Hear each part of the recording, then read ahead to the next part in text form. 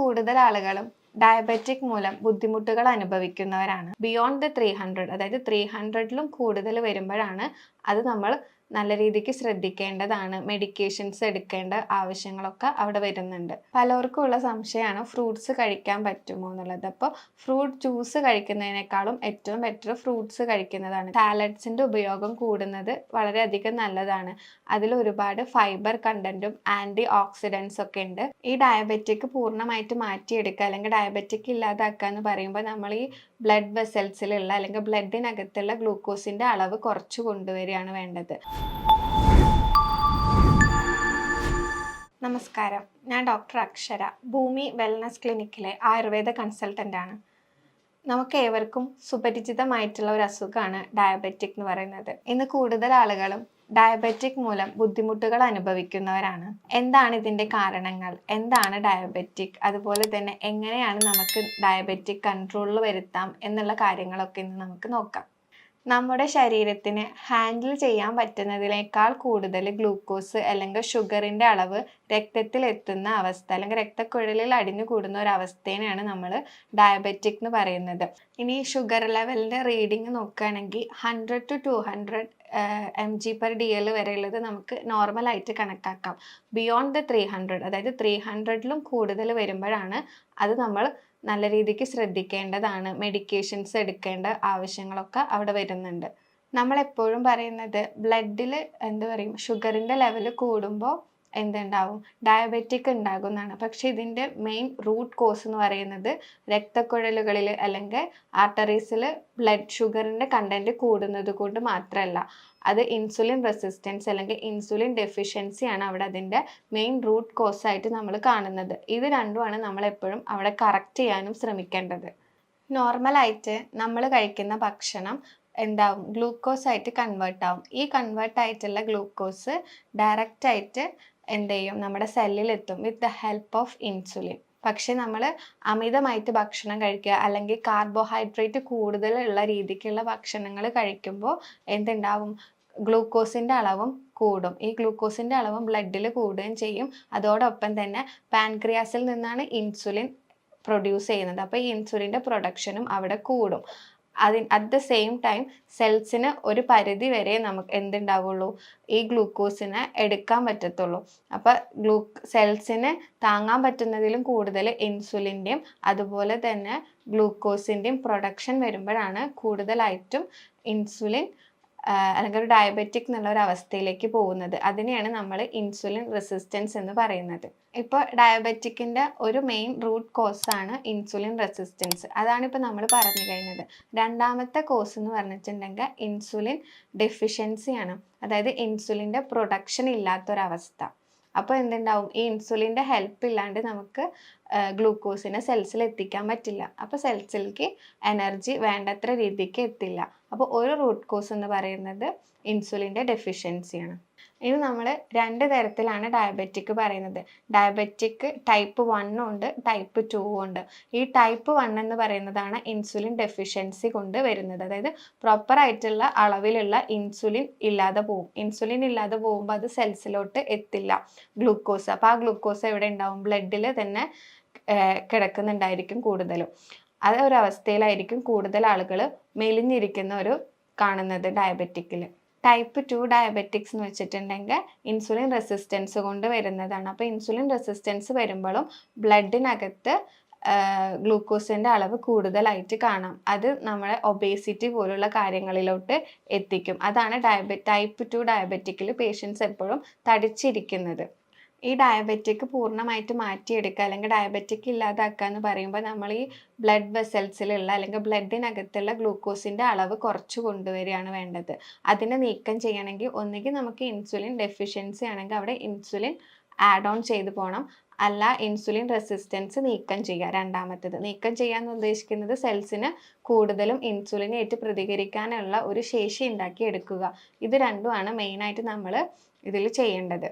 ഈ ഡയബറ്റിക് എന്ന് പറഞ്ഞിട്ടുണ്ടെങ്കിൽ അതൊരു ഡിസീസും അല്ല, ഒരു ഡയറ്ററി ഡിസോർഡർ ആണ്. നമ്മുടെ ഇംപ്രോപ്പർ ആയിട്ടുള്ളൊരു ഡയറ്റ് അല്ലെങ്കിൽ ലൈഫ് സ്റ്റൈൽ ഹാബിറ്റ് അങ്ങനെയുള്ള കാര്യങ്ങൾ കൊണ്ടാണ് നമുക്ക് ഡയബറ്റിക് ഉണ്ടാവുന്നത്. ഇനി ഡയബറ്റിക് പേഷ്യൻസ് അല്ലെങ്കിൽ ഒരു പ്രമേഹ രോഗി എന്തെല്ലാം കാര്യങ്ങളാണ് ശ്രദ്ധിക്കേണ്ടതെന്ന് നോക്കാം.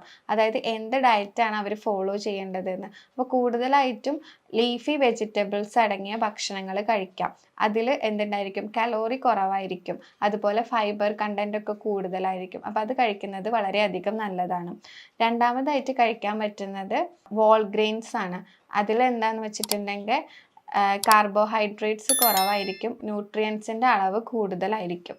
അപ്പോൾ റാഗി, ഓട്സ്, ബാർലി പോലുള്ള കാര്യങ്ങളൊക്കെ കഴിക്കുന്നത് വളരെയധികം നല്ലതാണ്. മൂന്നാമതായിട്ട് കഴിക്കേണ്ടത് ബെറീസ് ആണ്. ബെറീസ് എന്ന് വെച്ചിട്ടുണ്ടെങ്കിൽ സ്ട്രോബെറി, റാസ്ബെറി, ബ്ലൂബെറി പോലെയുള്ള ഫ്രൂട്ട്സ് കഴിക്കുന്നതും വളരെയധികം നല്ലതാണ്. ഇത് ഓക്സിഡേറ്റീവ് സ്ട്രെസ് കുറയ്ക്കും നമ്മുടെ ശരീരത്തിൽ.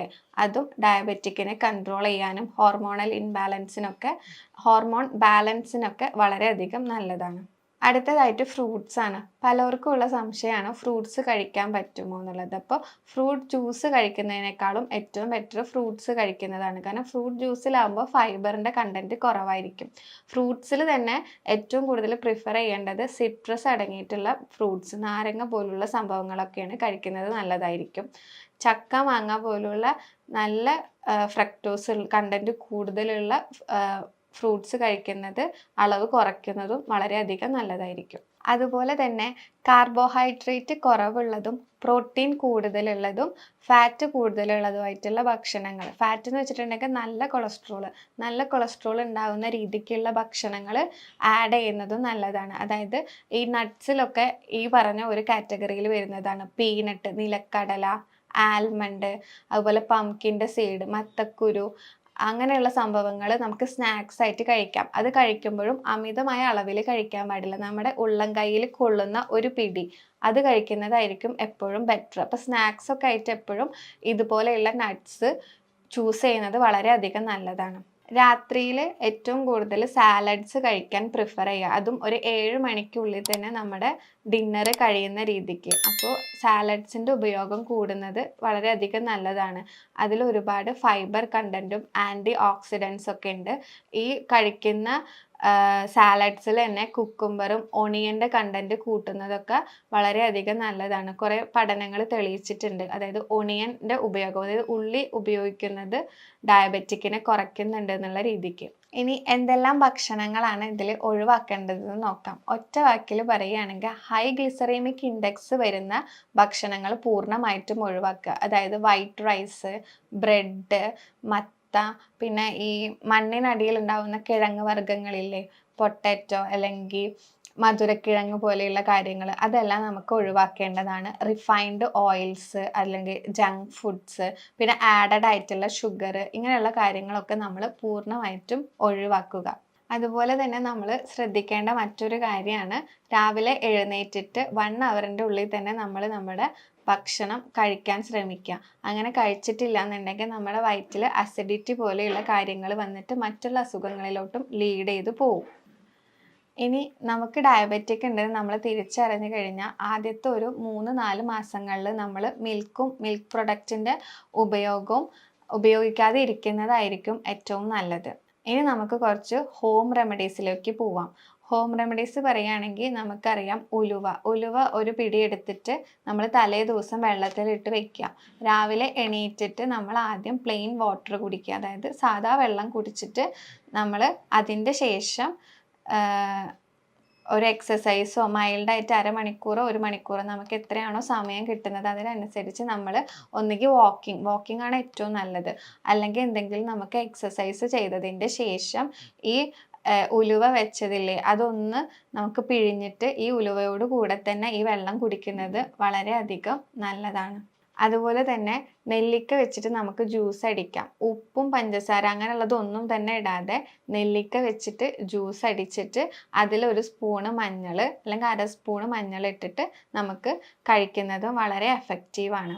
ഒന്നുകിൽ ഇത് നമുക്ക് നൈറ്റിൽ കഴിക്കാം, അല്ലാന്നുണ്ടെങ്കിൽ മോർണിംഗിൽ കുടിക്കുന്നതും വളരെയധികം നല്ലതായിരിക്കും. അതുപോലെ തന്നെ തുളസി, ഇഞ്ചി, കറുകപ്പട്ടയൊക്കെ ഇട്ടിട്ട് നമുക്ക് ചെറിയതായിട്ട് ചായ ഉണ്ടാക്കുന്നത് പോലെ ഉണ്ടാക്കുക. അതായത് ചായപ്പൊടിക്ക് പകരം തുളസി, ഇഞ്ചി, കറുകപ്പട്ടയുടെ പൊടിയൊക്കെ ഇട്ടിട്ട് വെള്ളം തിളപ്പിച്ചിട്ട് അത് ഒരു ഗ്ലാസ് കുടിക്കുന്നതും വളരെയധികം നല്ലതായിരിക്കും. അതുപോലെ തന്നെ ഇളം ചൂടുള്ള വെള്ളത്തിൽ ചെറുനാരങ്ങ പിഴിഞ്ഞിട്ട് ചിയാ സീഡ്സ് ആഡ് ചെയ്തിട്ട് മോർണിംഗിൽ കഴിക്കുന്നതും വളരെയധികം നല്ലതാണ്. അതുപോലെ തന്നെ ധാരാളം യോഗ പോസ്ചറുകൾ അല്ലെങ്കിൽ യോഗാസനങ്ങളും ഉണ്ട്. നമുക്ക് മെഡിറ്റേഷൻസിലൂടെയൊക്കെ നമുക്ക് ഈ ഡയബറ്റിക് കൺട്രോൾ ചെയ്ത് കൊണ്ടുവരാൻ പറ്റും. ട്വിസ്റ്റിംഗ് പോസ്ചറുകൾ എല്ലാം തന്നെ ഇതിൽ വളരെയധികം സഹായിക്കും. അതായത് അർദ്ധ മത്സ്യാസനം, വക്രാസനം പോലുള്ള യോഗ പോസ്റ്റേഴ്സ് ചെയ്യുന്നതും വളരെയധികം എഫക്റ്റീവാണ്. ആയുർവേദത്തിൽ ഇതിനെ പ്രമേഹം അല്ലെങ്കിൽ മധുമേഹം പോലുള്ള കണ്ടീഷൻസ് ആയിട്ടാണ് നമ്മൾ പറയുന്നത്. അപ്പോൾ ഇത് പൂർണ്ണമായിട്ടും മാറ്റാൻ പറ്റില്ലെങ്കിലും നമുക്കൊരു പരിധി വരെ കൺട്രോളിൽ കൊണ്ടുവരാവുന്ന ഒരു ഡിസീസ് ആയിട്ടാണ് നമ്മൾ ആയുർവേദത്തിൽ ഇതിന് പറയുന്നത്. അതിന് വേണ്ടിയിട്ട് അതായത് ഈ ഡയബറ്റിക് കൺട്രോളിൽ വരുത്തുന്ന രീതിക്കുള്ള ധാരാളം മെഡിസിൻസും ട്രീറ്റ്മെൻറ്റും ആയുർവേദത്തിൽ അവൈലബിൾ ആണ്. ഈ പറഞ്ഞ കാര്യങ്ങളിൽ എന്തെങ്കിലും സംശയം ഉണ്ടെങ്കിൽ താഴെ കാണുന്ന നമ്പറിൽ നിങ്ങൾക്ക് കോൺടാക്റ്റ് ചെയ്യാവുന്നതാണ്. അടുത്തൊരു വീഡിയോ ആയിട്ട് വീണ്ടും കാണാം. Thank you.